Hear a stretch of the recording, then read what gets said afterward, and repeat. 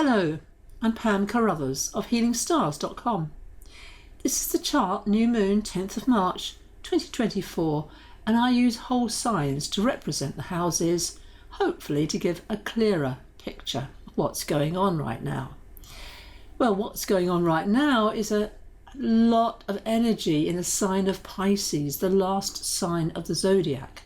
So here's the sun and moon. They are sandwiched between Saturn on one side and Neptune on the other. And Neptune is in its own sign of Pisces.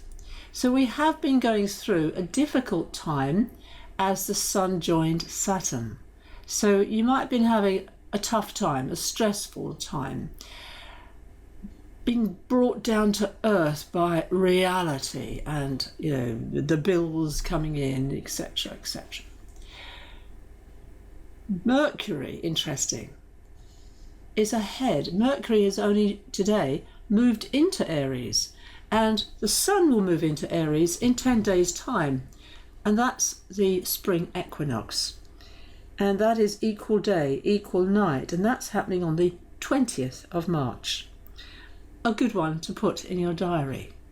Meanwhile, planets such as Venus and Mars will move from Aquarius into Pisces. So it's not over yet, that Piscean energy. Venus, beautiful Venus, on the 11th will move into Pisces. Now this is the sign that Venus is said to be exalted, where it does really, really well. It's a very spiritual Venus, very much about unconditional love, as opposed to Venus when she's in Taurus, which is more about the physical attributes to Venus. The 20th is when the sun goes into Aries, and on the 22nd Mars will go into Pisces. So that's why I'm saying we're still in this Piscean territory right now. And what is Pisces all about? Ruled by Neptune, god of the sea, dreams, the invisible realm, the imaginative realm, is a very artistic combination, Pisces, of the theatre, of music, musicality, and anything that transports us into a different dimension, a different realm. The movies, of course, are prime examples of exactly that, the stories that they tell. So it's very important to, I believe, at this time, to watch movies that lift you up into a positive frame of mind. In other words, avoid, if you can, the horror film or the action film where you get people dying a lot of times. No, we want something that is really romantic and moving in that different way. Interesting in this chart, most of the planets are in a very good relationship to each other, and that's indicated by those dotted blue lines and also the blue line that connects Venus, Mars to the south node, the past, in other words, the past life. But the trouble here comes from Mars.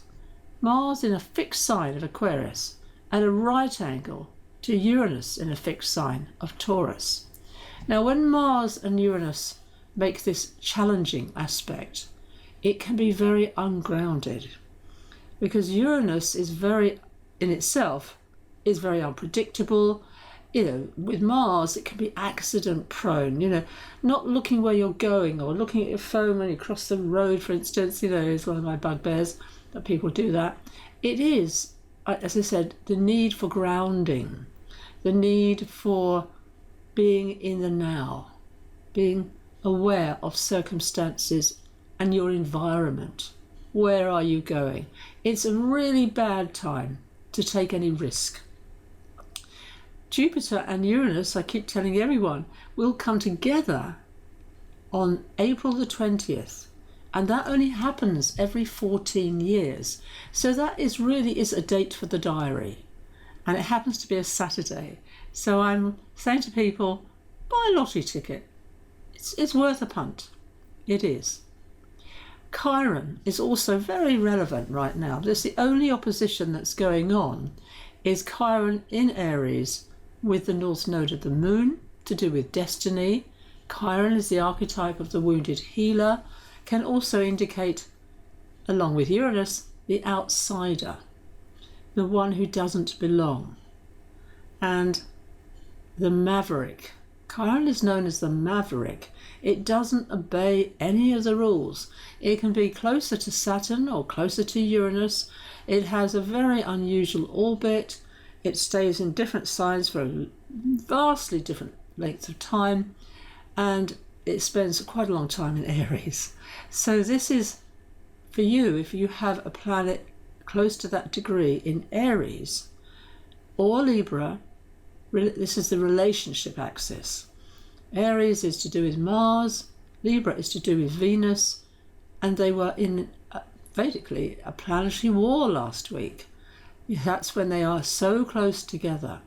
Western astrology doesn't agree with that. It doesn't talk about planetary wars, but I work with Vedic astrology as well, and I certainly was affected by that planetary war. So this new moon, always a new beginning, always a wish list, especially with Neptune involved, about what you want to manifest, come true, your dream.